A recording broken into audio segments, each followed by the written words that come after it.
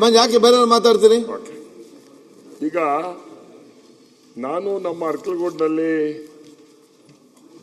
ವಸತಿ ರಹಿತ ಜನರಿಗೆ ನಿವೇಶನ ಮತ್ತು ಮನೆಯನ್ನ ಕಟ್ಕೊಡೋದಕ್ಕೆ ಒಂದು 3 ಪ್ರಶ್ನೆಯನ್ನ ಕೇಳಿದ್ದೆ. ಅವರ ಉತ್ತರದ ಪ್ರಕಾರ 143 ಜನ ವಸತಿ ರೈತರು, 1310 ಜನ ನಿವೇಶನ ರೈತರು ಅಂತ ಹೇಳಿ ಅವರೇ ಉತ್ತರವನ್ನ ಕೊಟ್ಟಿದ್ದಾರೆ. ನಾನು ಶಾಸಕನಾಗಿದ್ದಾಗ 13-14ರಲ್ಲಿ ಒಟ್ಟು 195 ಮನೆಗಳನ್ನ ಪೂರ್ಣಗೊಂಡಿದೆ ಅಂತ ಹೇಳಿ ಮಾಡಿದ್ದಾರೆ. ಅದು ನಿಜ. 21 ಮನೆ ಬಾಕಿ ಇದೆ, ಕಟ್ಟಿಲ್ಲ ಅಂತ ಹೇಳಿ. ಇನ್ನು 63 ಮನೆ ಪ್ರಾರಂಭನೆ ಮಾಡಿಲ್ಲ ಅಂತ ಹೇಳಿದ್ದಾರೆ. ಅದು ನಿಜ. ಈಗ ಎರಡನೇ ಪ್ರಶ್ನೆ, ಈ ನಮ್ಮ ಅರ್ಕಲಗೂಡಿನಲ್ಲಿ ಕೊಳಗೇರಿ ಅಭಿವೃದ್ಧಿ ಮಂಡಳಿಯಿಂದ ಈ ಏಡಿ ಕಾಲೋನಿ ಮತ್ತು ಕೊಳಚೆ ಪ್ರದೇಶದಲ್ಲಿ ವಾಸವಾಗಿರ್ತಕ್ಕಂಥ ಕೆಲ್ಲೂರುಪೇಟೆ, ಮಾಚಗೊಂಡಳ್ಳಿ ಇದರಲ್ಲಿ 220 ಮನೆಗಳು ಮಂಜೂರಾಗಿದ್ದು ಎಲ್ಲ ಮನೆಗಳು ಪೂರ್ಣಗೊಂಡಿದೆ ಅಂತ ಹೇಳ್ತಾರೆ. ಅದು ಮಾನ್ಯ ಮಂತ್ರಿಗಳದು ಪೂರ್ಣಗೊಂಡಿಲ್ಲ, ಸ್ವಲ್ಪ ವಿಚಾರಿಸಬೇಕು ಅದನ್ನ. ಅದಾದ್ಮೇಲೆ ನಾನು ಮಂತ್ರಿ ಆಗಿದ್ದಾಗ ಫಾರಂ 53ನಲ್ಲಿ ರೈತರು ಅಪ್ಲೈ ಮಾಡಿದ್ರು. ವಾರ್ಡ್ ನಂಬರ್ 3ರಲ್ಲಿ ಸರ್ವೆ ನಂಬರು 241 ಮತ್ತು 9 ಎಕರೆ 10 ಗುಂಟೆ ಮತ್ತು 1 ಎಕರೆ 31 ಗುಂಟೆ, ಒಟ್ಟು 11 ಎಕರೆ 1 ಗುಂಟೆನಲ್ಲಿ ಈ ಜಾಗನ ನಿವೇಶನ ರೈತರಿಗೆ ಮನೆ ಕಟ್ಕೊಡ್ಬೇಕು ಅಂತ ಹೇಳಿ ಮಾಡಿದ್ದು. ಮಾನ್ಯ ಅಧ್ಯಕ್ಷರೇ, ಮಾನ್ಯ ಮಂತ್ರಿಗಳಿಗೆ ನಾವು ಮನವಿ ಮಾಡೋದಿಷ್ಟೇ, ಟೌನ್ ಲಿಮಿಟ್ಸ್ ಅಲ್ಲಿ ನೀವು ನಿವೇಶನಗಳನ್ನ ಬಡವರಿಗೆ ಕೊಟ್ರೆ ಅವ್ರಿಗೆ ದುಡ್ಡು ಇರೋದಿಲ್ಲ, ಕಟ್ಟಕ್ಕಾಗಲ್ಲ. ನನ್ನ ಮನವಿ ಏನು ಅಂದ್ರೆ G+3 ಆಧಾರದ ಮೇಲೆ 1500 ಮನೆಗಳು ನಮ್ಮ ಅವಶ್ಯಕತೆ ಇರೋದ್ರಿಂದ ನಾವು ಕೊಟ್ಟಿರ್ತಕ್ಕಂಥ 11 ಎಕರೆ 1 ಗುಂಟೆ ಏನಿದೆ ಅದರಲ್ಲಿ G+3ನ ಕಟ್ಕೊಡ್ಬೇಕು ಅಂತಕ್ಕಂಥದ್ದು ನನ್ನ ಮನವಿ. ಅದನ್ನ ಅಲ್ಲಿ ಜಾಸ್ತಿ SC ST ಅಲ್ಪಸಂಖ್ಯಾತರು ಇರೋದ್ರಿಂದ ಇದನ್ನ ನಾನು ಮಾಡಿಕೊಡ್ತೀನಿ ಅಂತ ಹೇಳಿ ತಮ್ಮಲ್ಲಿ ಮನವಿ ಮಾಡ್ತಾ ಇದ್ದೀನಿ. ಸದಸ್ಯರು ಹೇಳ್ದಂಗೆ ಅವ್ರ ಕ್ಷೇತ್ರದಲ್ಲಿ ರಾಜೀವ್ ಗಾಂಧಿ HP ಸ್ಕೀಮಲ್ಲಿ ಬಸವ ಅಂಬೇಡ್ಕರ್ ವಾಸ್ತವ್ಯದಲ್ಲಿ 2013-14ರಲ್ಲಿ 283 ಮನೆಗಳು ಸ್ಯಾಂಕ್ಷನ್ ಆಗಿದೆ. ಅದರಲ್ಲಿ ಸದಸ್ಯರು ಹೇಳ್ದಂಗೆ 195 ಮನೆ ಕಂಪ್ಲೀಟ್ ಆಗಿದೆ, 21 ಮನೆ ಕೆಲಸ ನಡೀತಾ ಇದೆ, 3 ಮನೆ ಅನ್ಸ್ಟಾರ್ಟರ್ ಆಗಿದೆ ಶಾಸಕರೇ.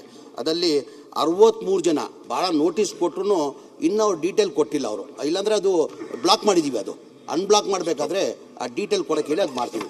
ಸ್ಲಮ್ ಬೋರ್ಡ್ ತಾವು ಹೇಳ್ದಂಗೆ ಫಸ್ಟ್ ಸ್ಟೇಜ್ ಸೆಕೆಂಡ್ ಸ್ಟೇಜ್ ಭಾಳ ವರ್ಷದಿಂದ ಮನೆಗಳು ಪೆಂಡಿಂಗ್ ಇತ್ತು ಕೊಡೋದು. ಏನಕ್ಕೆ ತಮಗೆಲ್ಲ ಗೊತ್ತಿದ್ದಂಗೆ ಆ ಬೆನಿಫಿಷರಿ 4 ಲಕ್ಷ ಕೊಡಬೇಕಾಗಿತ್ತು.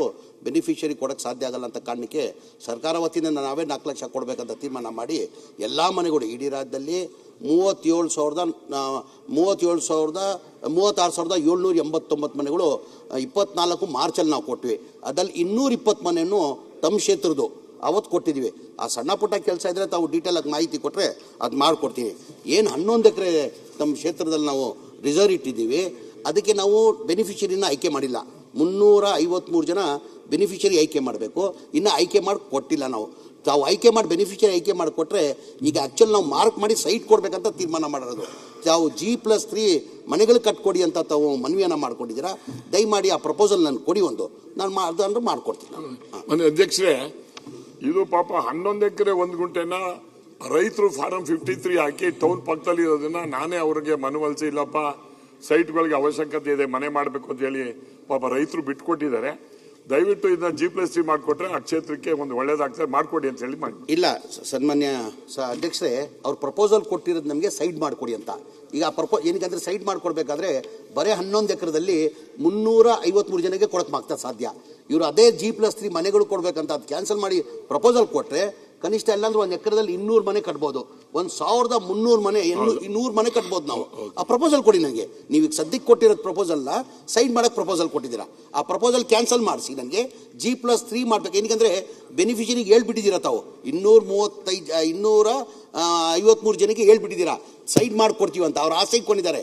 ಅದು ತಾವು ಕರೆಸಿ ಮೀಟಿಂಗ್ ಮಾಡಿ ಆ ಕ್ಯಾನ್ಸಲ್ ಮಾಡಿ ಹೊಸ ಪ್ರಪೋಸಲ್ ಕೊಡಿ, ನಾನು ಮಾಡಿಕೊಡ್ತೀನಿ. ಅಧ್ಯಕ್ಷರೇ, ನೀವ್ ಹೇಳೋದು ನಾನು ಅದನ್ನ ಹೇಳಿಲ್ಲ, ಪ್ರಪೋಸಲ್ ನಾವು ಕೊಟ್ಟಿಲ್ಲ. ನಮ್ಮಲ್ಲಿ ಬಂದಿರೋ ಅಲ್ಲ, ನಿಮ್ಮಲ್ಲಿ ಬಂದಿದೆ ಅದಲ್ಲ. ನಾನು ಕೇಳಿರೋದೇನೆ G+3 ಕೊಡ್ಬೇಕು ಅಂತ ಹೇಳಿದ್ವಿ. ನಿಮ್ಮ ಅಧಿಕಾರಿಗಳು ಆ ರೀತಿ ಯಾವ್ದಾದ್ರು ತಪ್ಪು ಕೊಟ್ಟಿದ್ರೆ ತಿರ್ಗಾ ಹೊಸ ಪ್ರಪೋಸಲ್ ಕೊಡ್ತೀವಿ, ಆ ಮನೆನ G+3 ಕಟ್ಕೊಡಿ ಅಂತ. ಅಧ್ಯಕ್ಷ ಪ್ರಪೋಸಲ್ ಕೊಡಿ. ಯಶವಂತ ನಾರಾಯಣಗೌಡ ಪಾಟೀಲ್, ಸುರೇಶ್ ಬಾಬು ಅವರೇ, ತಮ್ಮ ಪ್ರಶ್ನೆ ಇವತ್ತು ವರ್ಗಕ್ಕೆ ತಮಗೆ ಕೊಟ್ಟು ಅದು ವಸತಿ ಇಲಾಖೆಗೆ. ವಸತಿದಲ್ಲ, ಇದೇನಾಗುತ್ತೆ ಅಧ್ಯಕ್ಷೆ, ಅದು ಅಲಮಾರಿ ಜನಾಂಗದವರು ಅವರು 30 ವರ್ಷದಿಂದ ಅವ್ರನ್ನ ಅಲ್ಲಿಂದ ಇಲ್ಲಿಗೆ ಅಲಿಸುವಂಥದ್ದೇ ಕೆಲಸ ಆಗ್ತಾ ಇದೆ. ಮೊದಲು ಪುರಸಭೆಗೆ ಬರುತ್ತೆ ಅಂದ್ಬಿಟ್ಟು ಪುರಸಭೆಯಿಂದ ಅವ್ರಿಗೆ ಹಕ್ಕುಪತ್ರ ಕೊಟ್ಟರು. ಕೊಟ್ಟಾದ್ಮೇಲೆ ಪುರಸಭೆಗೆ ವ್ಯಾಪ್ತಿಗೆ ಬರಲ್ಲ ಅಂತಂದ್ಬಿಟ್ಟು ಮತ್ತೆ ಆ ಹಕ್ಕುಪತ್ರನ ವಾಪಸ್ ಇಸ್ಕೊಂಡ್ರು. ಜೊತೆಗೆ ಅವ್ರಿಗೆ ಲೇಔಟ್ ಎಲ್ಲ ಫಾರ್ಮೇಷನ್ ಮಾಡಿಕೊಟ್ಟಿದ್ವಿ. ನಂತರ ಆ ಪಂಚಾಯತಿಗೆ ಬರುತ್ತೆ, ವನ್ಯಭಾಗಿ ಪಂಚಾಯತಿಗೆ ಅಂತ ಇದನ್ನ ಮಾಡಿದ್ರು. ಅದು ಏನಾಗಿದೆ, ಅದು ಹಿಂದೆ ಪುರಸಭೆ ವ್ಯಾಪ್ತಿಗೆ ಬರ್ತಕ್ಕಂಥ ಹಳ್ಳಿ ಅದು ಸೇರಿದೆ. ಅದು ಹಳ್ಳಿ 122ನೇ ಸರ್ವೆ ನಂಬರ್, ಅದು ತಂತ್ರಾಂಶಕ್ಕೆ ಒಳಪಟ್ಟಿಲ್ಲ. ಅದು ಕಂದಾಯ ಇಲಾಖೆನಲ್ಲಿ ಅದು ಸರಿಪಡಿಸ್ಕೊಟ್ರೆ ಅದು ಅನುಕೂಲ ಆಗುತ್ತೆ. ಕಂದಾಯ ಸಚಿವರು ಕೃಷ್ಣ ಬೈರೇಗೌಡ್ರೆ, ಸನ್ಮಾನ್ಯ ಕಂದಾಯ ಸಚಿವರೇ, ಒಂದು ಇದು ಅಲಮಾರಿ ಜನಾಂಗಕ್ಕೆ, ಅಲಮಾರಿ ಸಮಾಜದವ್ರಿಗೆ ಒಂದು ಸೈಟ್ ನಿವೇಶನ ಕೊಟ್ಟಿದ್ವಿ. ಅದೇನಾಗಿದೆ, ಪುರಸಭೆ ವ್ಯಾಪ್ತಿಗೆ ಬರುತ್ತೆ ಅಂದ್ಬಿಟ್ಟು ಹಕ್ಕುಪತ್ರ ಫಸ್ಟ್ ಕೊಟ್ಟಿದ್ವಿ. ಅದನ್ನ ಪುರಸಭೆಗೆ ಬರಲ್ಲ, ಅದು ತಂತ್ರಾಂಶದ ಒಳಗಡೆ ಸೇರಿಲ್ಲ ಅಂದ್ಬಿಟ್ಟು ಅವರು ಅಲ್ಲಿಂದ ಹಕ್ಕುಪತ್ರನ ವಾಪಸ್ ಇಸ್ಕೊಂಡ್ರು DC ಅವರು. ನಂತರ ಏನಾಯ್ತು, ಅಲ್ಲೊಂದು ಪಕ್ಕದ ಪಂಚಾಯತಿಗೆ, ವನ್ಯಭಾಗಿ ಪಂಚಾಯತಿ ಅಂತ, ಅಲ್ಲಿಗೆ 122ನೇ ಸರ್ವೆ ನಂಬರು ಅಲ್ಲಿಗೆ ಬರುತ್ತೆ ಅಂದ್ರೆ ಅವ್ರು ಹಕ್ಕುಪತ್ರ ಕೊಟ್ಟರು. ಮತ್ತೆ ಖಾತೆ ಆಗ್ತಾ ಇಲ್ಲ ಅವ್ರಿಗೆ, ಖಾತೆ ಆಗ್ತಿಲ್ಲ. ಇದು ತಂತ್ರಾಂಶದಲ್ಲಿ ಸೇರ್ತಾ ಇಲ್ಲ. ಅದರಿಂದ ಅದನ್ನ ಸೇರ್ಲಿಕ್ಕೆ ಏನಾದ್ರು ಮಾಡಬೇಕು. ಹಾಗಾಗಿ ಅವ್ರ ಪೂರ ಅಲಮಾರಿಗಳೇ, ಅವ್ರು ತುಂಬ ವರ್ಷದಿಂದ 30 ವರ್ಷದಿಂದ ಅಲ್ಲಿ ವಾಸ ಮಾಡ್ತಾ ಇದ್ದಾರೆ. ಅದನ್ನ ದಯಮಾಡಿ ಅದನ್ನ ಸೆಟ್ರೇಟ್ ಮಾಡಿಕೊಟ್ರೆ ಅವ್ರಿಗೆ ಮೂಲಭೂತ ಸೌಕರ್ಯಗಳನ್ನ ಎಲ್ಲ ಒದಗಿಸ್ಕೊಡ್ಬೋದು. ಇಲ್ಲ ಅಂತಂದ್ರೆ ಅವ್ರಿಗೆ ಗುಡಿಸ್ಲಲ್ಲೇ ವಾಸ ಮಾಡ್ತಾ ಇದ್ದಾರೆ. ಹಾಗಾಗಿ ಅವ್ರಿಗೆ ಏನೂ ನಾವು ಮೂಲಭೂತ ಸೌಕರ್ಯಗಳನ್ನ ಒದಗಿಸ್ಕೊಡಕ್ಕಾಗ್ತಿಲ್ಲ. ದಯಮಾಡಿ ಅದನ್ನ ಒಂದು ಚೂರು ಅಂತ ಮಾಡಿಕೊಟ್ರೆ ಅವ್ರನ್ನ ಶೀಘ್ರವಾಗಿ ಅವ್ರಿಗೆ ಮನೆ ಎಲ್ಲ ವ್ಯವಸ್ಥೆ ಮಾಡ್ಕೊಡ್ಲಿಕ್ಕೆ ಅವಕಾಶ ಆಗುತ್ತೆ. ಹಕ್ಕುಪತ್ರ ಕೊಟ್ಟಿದ್ದು ಯಾರು? ಫಸ್ಟ್ ಪುರಸಭೆಯವ್ರು ಕೊಟ್ರು, ಮತ್ತೆ ವಾಪಸ್ ಇಸ್ಕೊಂಡ್ರು. ನೆಕ್ಸ್ಟ್ ಪಂಚಾಯತಿ ಅವ್ರು ಕೊಟ್ರು, ಮತ್ತೆ ಖಾತೆ ಮಾಡಕ್ಕಾಗಲ್ಲ. ಪಂಚಾಯತಿ ಅವರೇ ಹಕ್ಕುಪತ್ರ ಅವರು ರಿಜಿಸ್ಟರ್ ಇಟ್ಕೊಂಡು ಕೊಟ್ರೆ ಅವ್ರಿಗೆ ಈ ಸ್ವತ್ತು ಸಿಗುತ್ತೆ, ನಾವು ಕೊಡಕ್ ಬರೋದಿಲ್ಲ. ಹಕ್ಕುಪತ್ರ ಈಗ ಕಂದಾಯ ಇಲಾಖೆಯಿಂದ ಹಕ್ಕುಪತ್ರ ಕೊಟ್ರೆ ನಾವು ಅವರಿಗೆ ಈ ಸ್ವತ್ತಲ್ಲಿ ಸೇರಿಸಬೇಕು. ಪಂಚಾಯತಿ ಅವ್ರು ಕೊಟ್ಟಿದ್ರೆ ಅವರೇ ಸೆಟ್ರೈಟ್ ಮಾಡಬೇಕು. ನಾನಿಲ್ಲಿ ನಿಮ್ಗೆ ಸಮಾಧಾನಕ್ಕೆ ಜವಾಬ್ದಾರಿ ತಗೋಬಹುದು, ಆದ್ರೆ ನಾನು ಅದನ್ನ ಮಾಡಕ್ ಬರೋದಿಲ್ಲ. ತಾಲೂಕ್ ಪಂಚಾಯತ್ ಕೊಟ್ಟಿದ್ರೆ ಇದು ರಿಜಿಸ್ಟರ್ ಅಲ್ಲಿ ಇದೆ ಅಂತ ಹೇಳಿ ಅವರು ಮೂಲ ದಾಖಲೆ ಇದ್ರೆ ಅದನ್ನ ಪಂಚಾಯತಿ ಅವ್ರಿಗೆ ಕೊಟ್ರೆ ಈ ಸ್ವತ್ತು ಆಗುತ್ತೆ. ಗ್ರಾಮ ಪಂಚಾಯತಿಯವರೇ ಹಕ್ಕುಪತ್ರ ಕೊಟ್ಟಿದ್ರೆ ತಾಲೂಕ್ ಪಂಚಾಯತ್ ಮುಖಾಂತರ ಅವರೇ ಅದನ್ನ ಈ ಸ್ವತ್ತುಗೆ ಸೇರಿಸಬೇಕು. ಅವರಿಂದ ಹೋದ್ರೆ ಸೇರ್ಕೊಳ್ಳುತ್ತೆ. ಮೂಲ ಯಾರು ಮಂಜೂರಿ ಮಾಡಿದ್ದಾರೆ ಅವರೇ ಮಾಡಬೇಕು. ಸರ್ವೆ ನಂಬರ್ ಇದೆ, ಅದು 120. ನಾವು ಕೊಟ್ಟ ಮೇಲೆ ಈಗ ಕಂದಾಯ ಇಲಾಖೆಯಿಂದ ನಾವು ಅವ್ರಿಗೆ ಹ್ಯಾಂಡ್ ಓವರ್ ಮಾಡಿದೀವಿ, ಇಂಥವ್ರಿಗೆ ಸೈಟ್ ಕೊಡಿ ಅಂತ. ಸೈಟ್ ಕೊಟ್ಟವರು ಸನ್ಮಾನ್ಯ ಸಚಿವರೇ, ಆ ಸರ್ವೆ ನಂಬರು ತಂತ್ರಾಂಶದಲ್ಲಿ ಸೇರಿಲ್ಲ. ಇದು ಪುರಸಭೆ ವ್ಯಾಪ್ತಿಗೆ ಬಂತದು. ಹಳ್ಳಿ ಸೇರಿದ್ರು ಪರವಾಗಿಲ್ಲ, ಅವ್ರಿಗೆ ಅಧಿಕಾರ ಇದೆ. ಅವ್ರು ರೆಕಮೆಂಡ್ ಮಾಡಿಕೊಟ್ರೆ ನಾವು ಸೇರಿಸ್ಕೊಡ್ತೇವೆ. ನಾನು ಹೇಳ್ತೇನೆ, ಬಟ್ ಸಮಾಧಾನಕ್ಕೆ ನಾವು ಅಂತ ಹೇಳ್ಬೋದು. ಇಲ್ಲಿ ಚರ್ಚೆ ಎಲ್ಲಾರ್ದು ಸಮಯ ವ್ಯರ್ಥ ಆಗುತ್ತೆ ಅಂತ. ಆದ್ರೆ ಹಕ್ಕುಪತ್ರ ಯಾವ ಸರ್ವೆ ನಂಬರ್ ಅಲ್ಲಿ ಕೊಟ್ಟಿದ್ದಾರೆ ಅವ್ರು ರಿಪೋರ್ಟ್ ಕೊಟ್ರೆ ಅದನ್ನ ನಾವು ತಂತ್ರಾಂಶದಲ್ಲಿ ಅಳವಡಿಸ್ಕೊಡ್ತೇವೆ. ಜಿಲ್ಲಾಧಿಕಾರಿಗಳಿಗೊಂದು ಸ್ವಲ್ಪ ನಿರ್ಭೀತ, ನಿಷ್ಪಕ್ಷಪಾತ, ವಿಶ್ವಾಸಾರ್ಹ ಸುದ್ದಿಗಳಿಗೆ ಮತ್ತೊಂದು ಹೆಸರಾಗಿರುವಂತ News18 ಕನ್ನಡ ಈಗ ಆಪ್ನಲ್ಲೂ ಲಭ್ಯವಿದೆ. ದಯವಿಟ್ಟು ಇಲ್ಲಿರುವಂತ QR ಕೋಡ್ ಸ್ಕ್ಯಾನ್ ಮಾಡಿಕೊಂಡು ಆಪ್ ಡೌನ್ಲೋಡ್ ಮಾಡೋದಕ್ಕೆ ಮರಿಬೇಡಿ.